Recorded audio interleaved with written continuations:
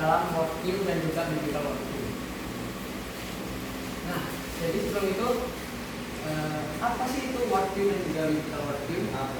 Jadi worldview itu adalah mindset kita, kacamata kita, atau sudut pandang kita terhadap sesuatu yang ada di dunia ini. Nah, worldview kita ini bisa saja salah, bisa benar, bisa setengah salah dan juga bisa setengah benar. Nah, sedangkan kalau biblical worldview ini pandangan kita terhadap Alkitab yang sudah pandangan kita terhadap dunia menurut pandangan Alkitab yang sudah dipastikan itu benar. Nah, jadi dalam biblical worldview ini terbagi menjadi 5 tema. Yang pertama itu ada wonderful made, bagaimana kita memahami eksistensi kita di hadapan Allah. Lalu story, bagaimana Allah memimpin dunia ini. Lalu striving for shalom, bagaimana seharusnya kita sebagai saksi-saksinya menata kehidupan kita. Lalu ada worshipful expression, yaitu bagaimana kita mengekspresikan diri kita terhadap Allah dan ciptanya. Dan our universe belongs to God, itu bagaimana Allah menopang ciptaannya dan bagaimana tanggung jawab kita di dalamnya. Nah, tetapi saya akan mengambil satu tema, yaitu wonderfully made, yaitu bagaimana eksistensi kita di hadapan Allah.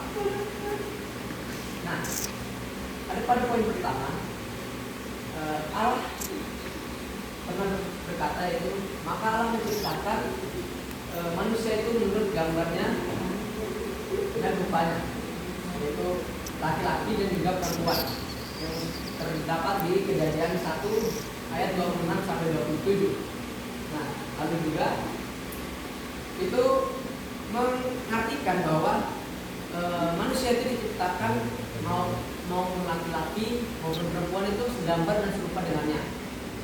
Dan Tuhan juga menciptakan manusia itu merupakan ciptaan yang paling spesial, sebab memberikan moral, cara berpikir, dan tanggung jawab kita juga terhadap dunia ini. Dan manusia itu diibaratkan sebagai mahkota. Nah, tetapi rusaknya worldview manusia yang diakibatkan kejatuhan manusia dalam dosa, yang pada awalnya worldview manusia itu sempurna, tetapi seketika itu rusak diakibatkan dosa, yang dimana berawal dari Adam dan Hawa itu digoda oleh iblis untuk memakan buah pengetahuan, sehingga manusia mulai dari saat itu worldview-nya sudah rusak. Nah, ada beberapa contoh bagaimana worldview manusia itu sudah rusak, seperti seringnya insecure, di mana manusia sering merasa iri terhadap dirinya gitu loh, dan terhadap orang lain. Contohnya seperti, aduh, mukaku kok hitam gini, teman-temanku pada putih, gimana ya? Nah, itu merupakan salah satu contoh insecure. Lalu bunuh diri. Nah, bunuh diri adalah salah satu tindakan yang sangat salah, dan worldview-nya itu sudah pasti rusak banget. Sebab saat bunuh diri sama saja dia mengakhiri hidupnya yang sudah disusun dengan sedemikian rupa oleh Allah. Dan juga ada bullying. Bullying ini sering terjadi, mau secara verbal maupun fisik. Biasanya bullying ini terjadi di lingkungan kita, sekolah, maupun di lingkungan sekitar kita. Bullying ini biasanya terjadi karena adanya faktor-faktor yang ingin menyudutkan korban.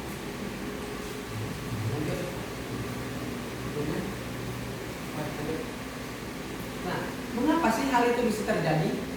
Ya, karena hal itu bisa terjadi karena worldview manusia juga rusak akibat adanya dosa yang sudah jatuh di dalam manusia. Nah, manusia yang sudah berdosa menormalisasikan dosa itu, yang membuat dosa itu terus berkembang dan terus dilakukan di dalam kehidupannya, dan membuat worldview manusia itu semakin rusak. Nah, bagaimana sih seharusnya tindakan yang benar yang harus kita lakukan?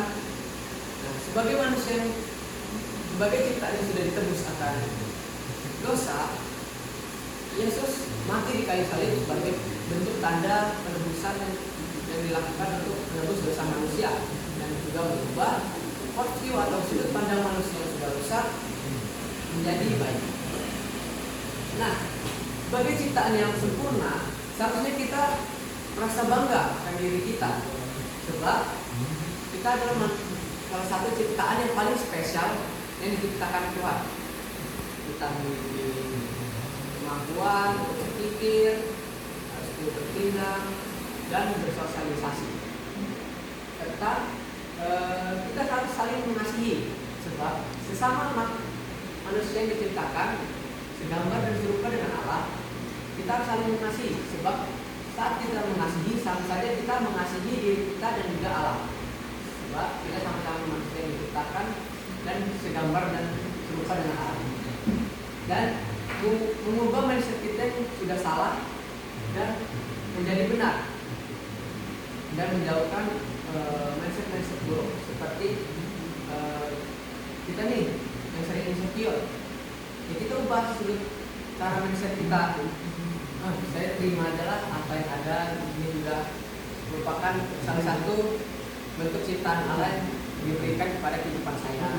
Itu merupakan salah satu mindset yang benar, dan itu jauhkan mindset yang salah dari kehidupan kita.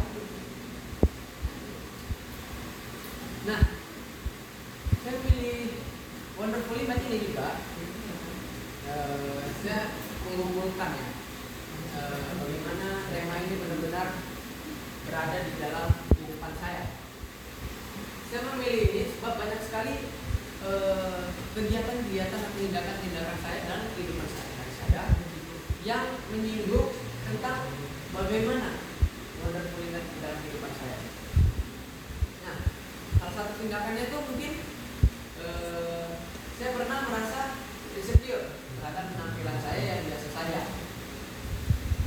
Saya sering membanding-bandingkan diri saya dengan teman-teman saya yang memiliki wajah tampan, mungkin habis itu yang kaya, lalu yang hidupnya enak-enak aja.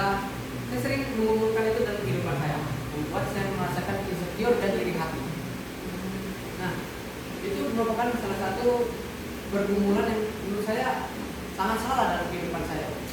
Sebab seharusnya saya menerima diri saya yang sudah diciptakan dengan sempurna dan sedemikian rupa oleh Allah.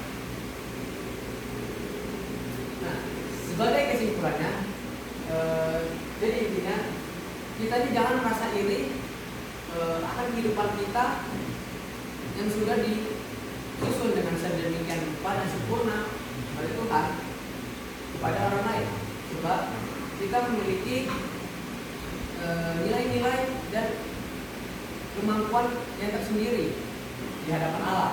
Dan di hadapan Allah, manusia itu sama saja, tidak ada yang dibeda-bedakan, sebab manusia merupakan salah satu ciptaan yang sama dan segambar dan serupa dengan Allah. Nah, jadi manusia itu sudah diciptakan dengan sangat istimewa dan sudah diibaratkan dengan mahkota.